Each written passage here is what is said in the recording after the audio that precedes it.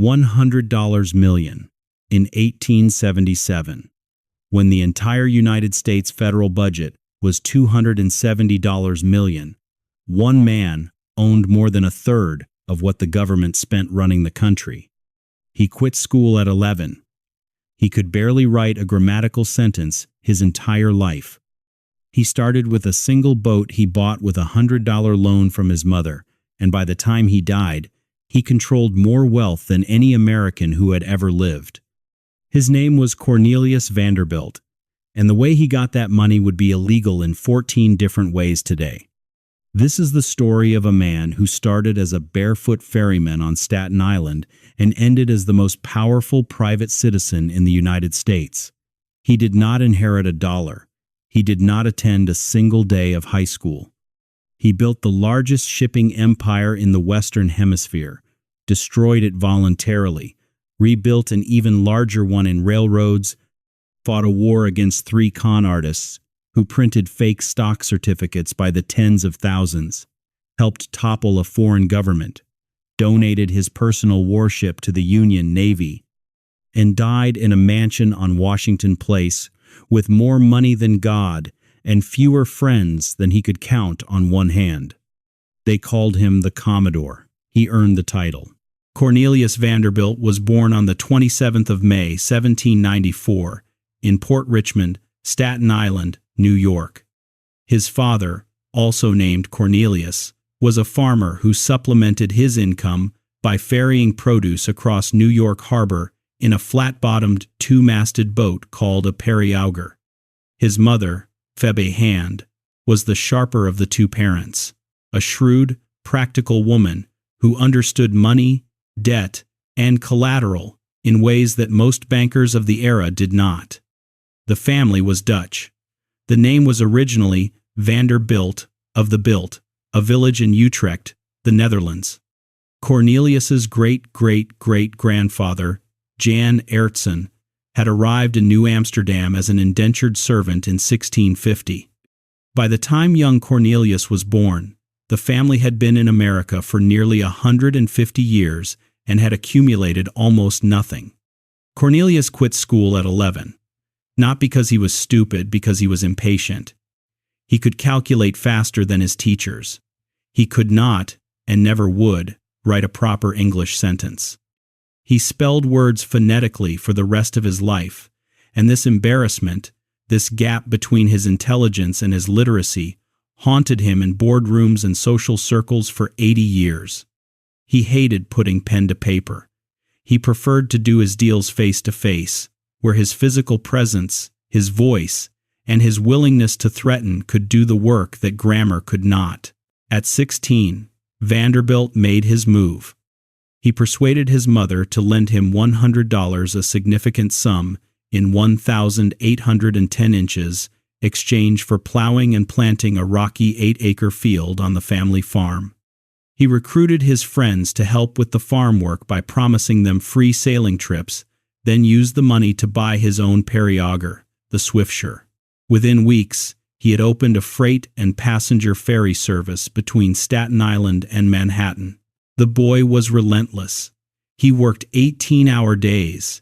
He undercut every competitor on price and then outworked them on service. By the end of his first year, he had repaid his mother the $100 and handed her an additional $1,000.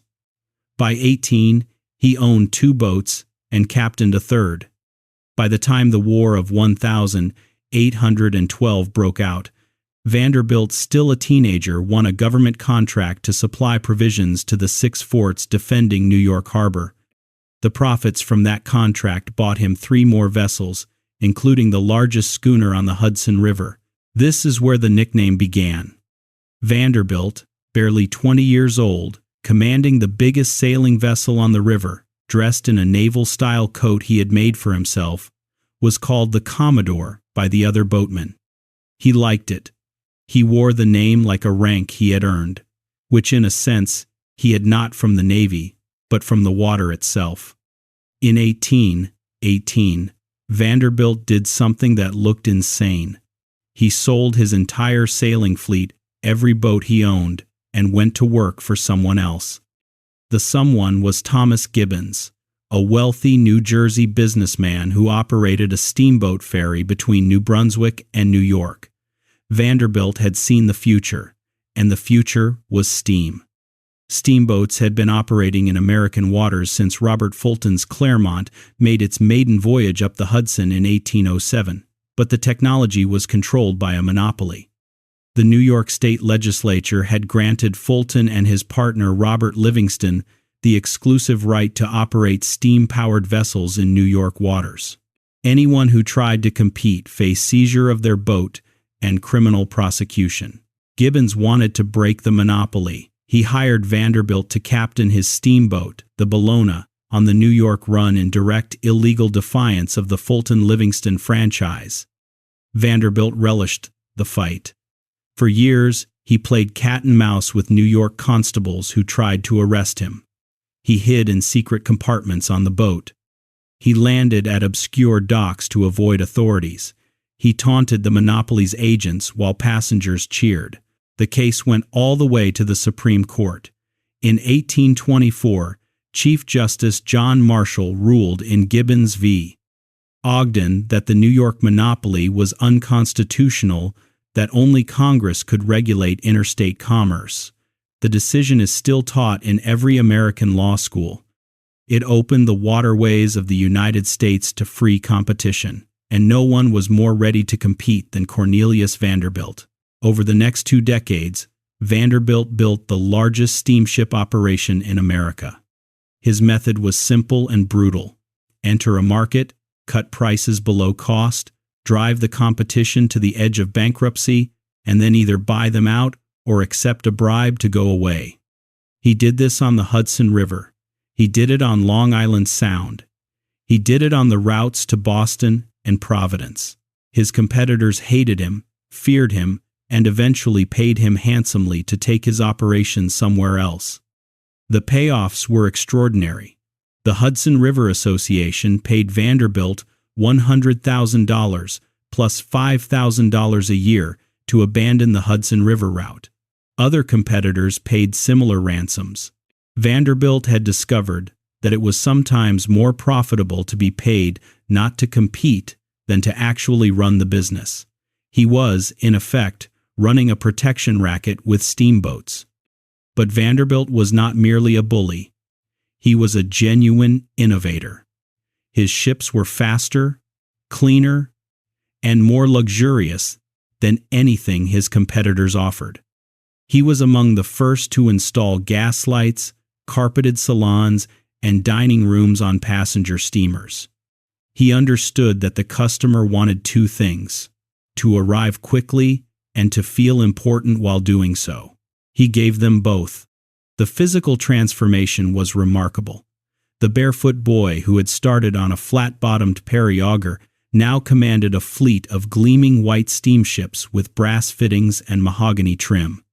He dressed the part tall, imposing, with a thick shock of white hair and mutton chop sideburns that became his trademark. He stood 6 feet tall in an era when the average man was 5 to 7. He looked like money. He looked like power. And he had learned, from decades on the water, that looking powerful was almost as useful as being powerful. During the Civil War, Vanderbilt donated his largest and fastest steamship, the appropriately named Vanderbilt, built for around $1 million to the Union Navy. The vessel was used to chase Confederate commerce raiders, including the infamous CSS Alabama. Congress awarded him a gold medal for the gift. It was a rare moment of public generosity from a man not known for giving things away. Some historians suspect the donation was calculated a gesture to ingratiate himself with the Lincoln administration at a time when wartime contracts and railroad charters were being distributed. By 1846, the Commodore was a millionaire. He was 52 years old. He owned more than 100 steamships. He employed more people than any other private business in America. And he was about to get a gift from history that would multiply his fortune several times over. On the 24th of January 1848, James Marshall found gold at Sutter's Mill in California. Within months, the largest mass migration in American history was underway. Hundreds of thousands of people needed to get from the East Coast to the West Coast, and there were only 3 ways to do it: overland by wagon, which took 5 months and killed a significant percentage of those who tried; by ship around Cape Horn, at the southern tip of South America, which took 4 to 8 months; or by ship to Central America, across the isthmus by land, and then by ship again to San Francisco. The established route crossed Panama. Vanderbilt looked at a map and saw something better: Nicaragua. The country was spanned by Lake Nicaragua and the San Juan River, which together covered most of the distance between the oceans. Only 12 miles of land separated the western shore of the lake from the Pacific. It was several hundred miles shorter than the Panama route. Nobody had ever built a commercial transit across it.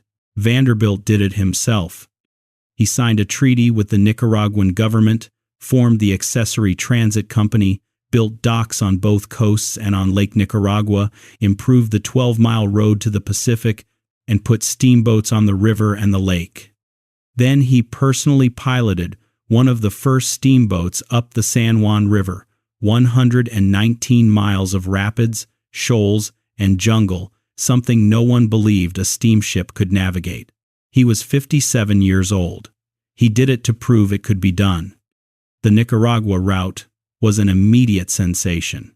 It carried 2,000 passengers a month at $300 each, later reduced to $150 to crush the competition. The crossing took 2 to 3 days, compared to weeks via Panama. By 1853, Vanderbilt was worth an estimated $11 million. The Accessory Transit Company was printing money. The route was a logistical marvel and a physical ordeal. Passengers boarded an ocean steamer in New York, sailed to the Caribbean coast of Nicaragua, transferred to a river steamer that chugged up the San Juan River through dense tropical jungle, crossed Lake Nicaragua on another steamer, disembarked at the western shore, and then traveled 12 miles by mule and stagecoach to the Pacific port of San Juan del Sur, where yet another ocean steamer waited to take them to San Francisco. The whole journey, New York to San Francisco, took about 3 weeks. The Panama route took longer and cost more. Vanderbilt's route won on both time and price, which was exactly how he won everything. The profits were staggering, more than $1 million a year, equivalent to roughly $35 million today. Vanderbilt reinvested constantly, improving the road, adding steamers, and cutting transit time.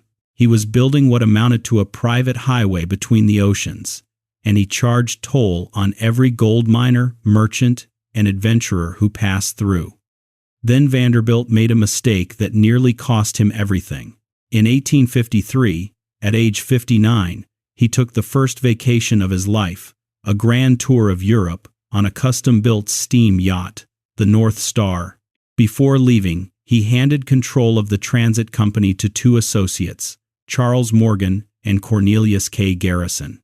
While the Commodore was sipping champagne in the Mediterranean, Morgan and Garrison manipulated the company's stock, seized control, and effectively stole Vanderbilt's company out from under him. When Vanderbilt found out, he sent them a letter that has become one of the most famous threats in American business history. It read, "Gentlemen, you have undertaken to cheat me. I won't sue you, for the law is too slow. I'll ruin you." He meant it. But before he could destroy Morgan and Garrison, a far stranger enemy appeared: William Walker, a 5'2", 100-pound American adventurer from Tennessee who invaded Nicaragua with 58 men, overthrew the government, and declared himself president. Walker, allied with Vanderbilt's enemies, annulled the Accessory Transit Company's charter and seized its steamboats. Vanderbilt's response was not legal, it was military. He negotiated directly with Costa Rica, which had declared war on Walker. He sent his own agent into the jungle to lead a Costa Rican raiding party that captured the transit company's steamboats on the San Juan River, cutting Walker off from reinforcements and supplies. Without the river route, Walker was stranded. The Central American armies closed in. A U.S. Navy officer eventually extracted Walker, who was later executed by a Honduran firing squad in 1860. Vanderbilt had used a private fortune to topple a foreign government. He had done it without the permission of the United States government, without a standing army, and without any legal authority whatsoever. No one prosecuted him. No one could. By the early 1860s, Vanderbilt was approaching 70. He was already the richest man in America. And he was about to abandon everything he had built on the water and start over in an entirely different industry. Railroads, the technology that was making his steamships obsolete. In 1863, Vanderbilt took control of the New York and Harlem Railroad, a line that most investors considered worthless. It was the only steam railroad that entered the center of Manhattan, running down 4th Avenue to a station on 26th Street. Vanderbilt saw what no one else did. The Harlem's route into the city was worth more than the railroad itself. He consolidated. He bought the Hudson River Railroad. He bought the New York Central, a sprawling system that ran from Albany to Buffalo. In 1869, he merged them into one company, the New York Central and Hudson River Railroad. Then he bought the Lake Shore and Michigan Southern, extending his line all the way to Chicago. For the first time in history, a single railroad offered continuous service from New York City to Chicago. Vanderbilt did not just connect two cities. He connected the financial capital of the nation to the industrial heartland. Every bushel of grain, every head of cattle, every ton of steel that moved between the Midwest and the eastern seaboard moved on his tracks. He controlled the artery, and he set the toll. His management style was the same as it had been on the steamboats. Cut costs ruthlessly, improve service relentlessly, and destroy anyone who tried to compete. He replaced iron rails with steel. He installed double tracks so trains could run in both directions simultaneously. He standardized schedules. He cut freight rates to attract volume, then raised them once the competition was dead. To house his empire, Vanderbilt ordered the construction of Grand Central Depot at 42nd Street in Manhattan, the forerunner of today's Grand Central Terminal. It was the largest railroad station in the world. Construction began during the Panic of 1873, when unemployment was devastating the city, and the project gave jobs to thousands of workers who would otherwise have starved. It was the closest thing to philanthropy the Commodore had ever done, and it was motivated entirely by business. Vanderbilt's consolidation of the New York Central system was a masterclass in vertical integration before the term existed. He did not merely own the tracks. He owned the terminals, the rolling stock, the repair shops, the freight depots, and increasingly the real estate around the stations. Property values along his routes skyrocketed. Towns that the New York Central served prospered. Towns it bypassed withered. The power this gave him was almost governmental. He could raise or lower freight rates on a whim, enriching or ruining entire industries. Farmers in Ohio who shipped grain to New York paid whatever Vanderbilt charged because there was no alternative. Manufacturers who needed to move goods from Chicago to the East Coast negotiated not with a competitive market but with one man. When critics called him a monopolist, Vanderbilt did not deny it. He simply pointed out that his monopoly ran on time. But there was one railroad Vanderbilt could not buy: the Erie. The Erie Railroad ran from New York to Lake Erie, a parallel route to Vanderbilt's New York Central, and a direct competitor. If Vanderbilt could control both lines, he would own a near monopoly on east-west rail traffic. In 1866, he began quietly buying Erie stock, confident that majority ownership would give him majority control. He was wrong. because the Erie was controlled by three men who were willing to do things that even Vanderbilt would not. Daniel Drew was a former cattle drover who had become a Wall Street speculator. He had invented the concept of watered stock, a term that came literally from his old practice of feeding cattle salt and letting them drink massive quantities of water before weighing them for sale. On Wall Street, he applied the same principle. Inflate the value of something worthless and sell it before anyone noticed. Jay Gould was the most dangerous financial operator of the 19th century. A small, quiet, bearded man who thought in systems and attacked without warning. James Fisk was his opposite. A 300-pound former circus promoter who wore diamonds, kept a harem of mistresses, and treated Wall Street like a carnival. In early 1868, Drew, Gould, and Fisk executed one of the most brazen financial frauds in American history. They converted $5 million in Erie bonds into 50,000 new shares of stock and dumped them on the open market. Vanderbilt, still buying, absorbed every share, not realizing that the shares were freshly printed and essentially counterfeit. The more he bought, the more they printed. It was like trying to drain a bathtub while someone was filling it with a fire hose. When Vanderbilt realized he had been duped, he went to his friends in the New York judiciary. Judge George Barnard, on Vanderbilt's payroll, issued arrest warrants for Drew, Gould, and Fisk.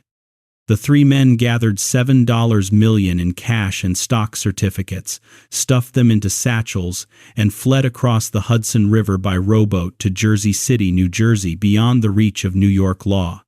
From a hotel room in Jersey City, which they fortified with armed guards and nicknamed Fort Taylor, Gould, Fisk, and Drew continued to issue Erie stock. They had brought a printing press. They were literally manufacturing shares of a public corporation from a hotel room while hiding from arrest warrants. The scene at Taylor's hotel was somewhere between a siege and a farce. Fisk, who treated everything like a performance, ordered champagne and hired a brass band. Drew, the eldest of the three, paced nervously and quoted scripture. Gould, silent and calculating, worked the telegraph and plotted his next move. They had armed men stationed on the docks to prevent any attempt by Vanderbilt's agents to cross the river and serve papers. New Jersey authorities, happy to embarrass New York, offered them protection. The newspapers loved it. The press covered the Erie War like a sporting event, reporting each day's maneuvers, publishing caricatures of the combatants, and keeping a running tally of the bribes. The New York Herald called it the most outrageous fraud that has ever been perpetrated upon the financial world. Harper's Weekly published a famous cartoon showing Vanderbilt astride two railroads while Fisk and Gould tugged at a third. The public watched, appalled, and fascinated in equal measure. Then Gould took a train to Albany with a suitcase containing $500,000 in cash. He distributed the money to members of the New York State Legislature. One senator accepted $75,000 from Vanderbilt and then $100,000 from Gould, kept both payments, and voted with Gould. Boss Tweed, the head of Tammany Hall, received cash, stock, and a seat on the Erie board. The legislature passed a bill retroactively legalizing the fraudulent stock issue. Vanderbilt had lost. He had spent millions buying stock that his enemies had printed out of thin air, and the government had declared it legal after the fact. He negotiated a settlement, sold back his shares at a heavy loss, and walked away. It was the most humiliating defeat of his career. He never forgot it. When asked later about the Erie affair, the Commodore said, "Never kick a skunk." It was the closest he ever came to admitting he had been outsmarted. If Cornelius Vanderbilt was ruthless in business, he was worse at home. He married his first cousin, Sophia Johnson, in 1813, when he was 19 and she was 18. They had 13 children. He treated her poorly. He was absent for months at a time, and when he was present, he was domineering, dismissive, and occasionally cruel. Sophia endured 55 years of this before dying in 1868. 1 year later, almost exactly 1 year, the 73-year-old Vanderbilt married again. His new wife was Frank Armstrong Crawford, a distant cousin from Mobile, Alabama. She was 30 years old. She was younger than 7 of his 12 surviving children. The family was not pleased. Vanderbilt's relationship with his children was transactional. He respected competence and despised weakness. His eldest son, William Henry, had been a sickly, anxious child whom Vanderbilt dismissed as soft. He sent William to a farm on Staten Island, effectively exiling him from the family business. William spent years proving himself, quietly managing railroad operations until his father finally acknowledged his abilities in the 1860s. Cornelius Jeremiah, the Commodore's younger son, was a different story. He was an epileptic, a gambler, and in alcoholic conditions that Vanderbilt regarded as moral failures rather than medical ones. The Commodore cut Cornelius Jeremiah out of significant inheritance, leaving him only the income from a $200,000 trust. Cornelius Jeremiah would later challenge the will and, when that failed, shoot himself in the head in a Manhattan hotel room in 1882. His daughters fared little better. Each received between $250,000 and $500,000 large sums by the standards of 1,877, but a fraction of what went to William Henry. Several of them contested the will. The resulting legal battle was one of the most sensational trials of the Gilded Age, featuring allegations of fraud, undue influence, and most spectacularly testimony about the Commodore's belief in spiritualism. In his later years, Vanderbilt had become fascinated with seances and clairvoyance.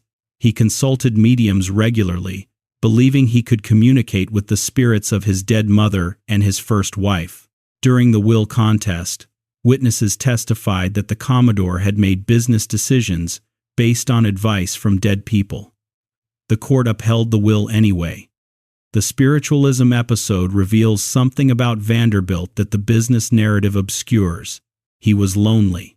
He had spent 60 years accumulating power and alienating everyone who got close to him. His competitors feared him. His employees obeyed him. His children resented him. His first wife endured him. The mediums, at least, told him what he wanted to hear, that the dead approved of him, that his choices had been right, that his money was deserved. There is a particular cruelty in the image of the richest man in America, sitting in a darkened parlor, paying a stranger to pretend his dead mother was speaking to him. Phoebe Hand Vanderbilt, the woman who had lent him $100 to buy his first boat, the woman who had taught him the value of $1, would probably have told him to stop wasting money on charlatans and get back to work.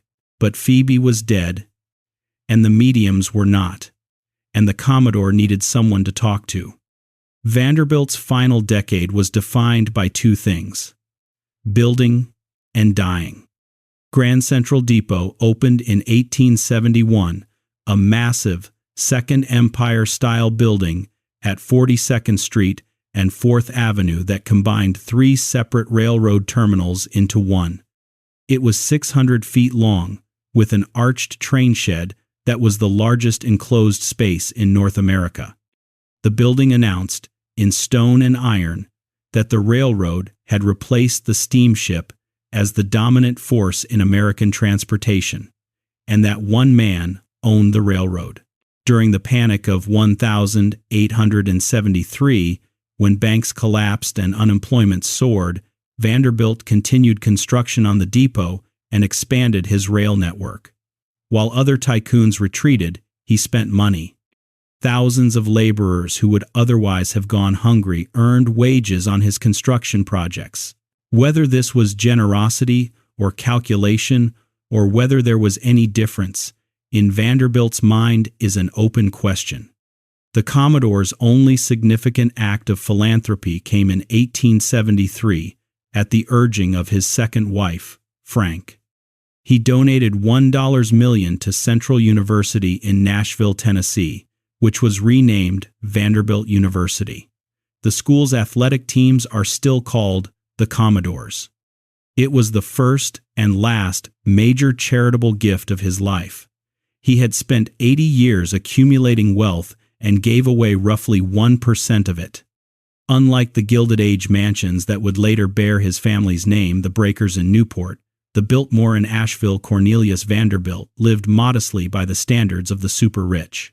His home, at 10 Washington Place in Manhattan, was comfortable, but not palatial. He did not collect art. He did not travel for pleasure, except for that single European cruise in 1853. He did not throw parties. He worked. By the mid-1870s, Vanderbilt's health was failing. He suffered from a variety of ailments. His second wife and his doctor attended him constantly. On the 4th of January 1877, at the age of 82, Cornelius Vanderbilt died in his Manhattan home. He was buried in the family vault at the Moravian Cemetery in New Dorp, Staten Island, a few miles from where he had been born 82 years earlier. He had started with a $100 boat in that harbor. He left behind $100 million. The will left $95 million to his son, William Henry. William's 4 sons received $7.5 million between them. The remaining daughters received comparatively modest sums. The will was challenged, the trial was a spectacle, and the distribution held. William Henry Vanderbilt doubled the fortune within 8 years, and then famously told a reporter, "The public be damned," a quote that became the defining epitaph of Gilded Age arrogance. William died in 1885 with $200 million. And then the spending began. The Commodore's grandchildren and great-grandchildren spent the fortune with a velocity that would have horrified the old man. They built the Breakers a 70-room Italian Renaissance palace on the cliffs of Newport, Rhode Island. They built the Biltmore a 250-room French chateau in the mountains of North Carolina, the largest private home in the United States. They built mansions on Fifth Avenue, estates on Long Island, villas in Europe. By 1973, when 120 descendants gathered for a family reunion at Vanderbilt University, not a single one of them was a millionaire. The fortune that Cornelius Vanderbilt had built over 60 years, the largest private fortune in American history at the time of his death, was entirely gone within 4 generations. Anderson Cooper, the CNN anchor, is a great-great-great-grandson of Cornelius Vanderbilt. His mother was Gloria Vanderbilt, the fashion designer. Cooper has said he inherited nothing from the Vanderbilt fortune.